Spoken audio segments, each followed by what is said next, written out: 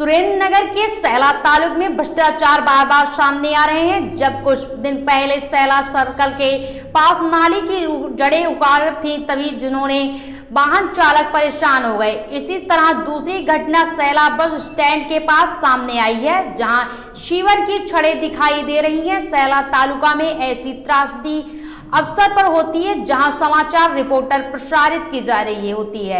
System ध्यान तो खींचता है, लेकिन काम विनम्र गुणवत्ता से वही सामग्री का उपयोग करके किया जाता है। जब लोगों ने सिस्टम के खिलाफ कई बार सवाल उठाए, सुरेंद्रनगर आम आदमी पार्टी के जिला अध्यक्ष रमेश भाई ने तुरंत मौके पर पहुंचे और भ्रष्टाचार का पर्दाफाश किया। उन्होंने सिस्टम पर गंभीर आरोप भी लगाए।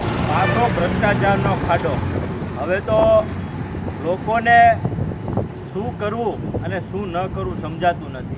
કારણ કે જે રસ્તા માટે વર્ષોથી લોકો ટેક્સના રૂપિયા ચૂકવે છે અને એ ટેક્સના પૈસા ચૂકવવા છતાં પણ આવા ભ્રષ્ટાચારના કારણે હજી તો પુલને લોકાર્પણ થયું ને 4 થી 5 મહિના થયા છે। 4 થી 5 મહિનામાં જો આવા ખાડા પડી જતા હોય તો આનાથી વધારે ભ્રષ્ટાચાર શું હોય? વારંવાર તંત્રને કહેવા છતાં, વારંવાર અધિકારીઓને કહેવા છતાં, વારંવાર આ કોન્ટ્રાક્ટરની ફરિયાદ કરવા છતાં હજી પણ તંત્ર આના ઉપર એક્શન લેતું નથી। હજી તો સાયલાના ચોકડી ઉપરનો કેસ હજી પૂરો નથી થયો, ત્યાં ખાડા ગાળીને રાખ્યા છે, ત્યાં બીજો ખાડો। તો શું સાયલા ઓવરબ્રિજ નેશનલ હાઈવે જે બનાવવામાં આવ્યો છે, નેશનલ હાઈવે નહીં, તમે ખાડાનો રોડ બનાવ્યો છે।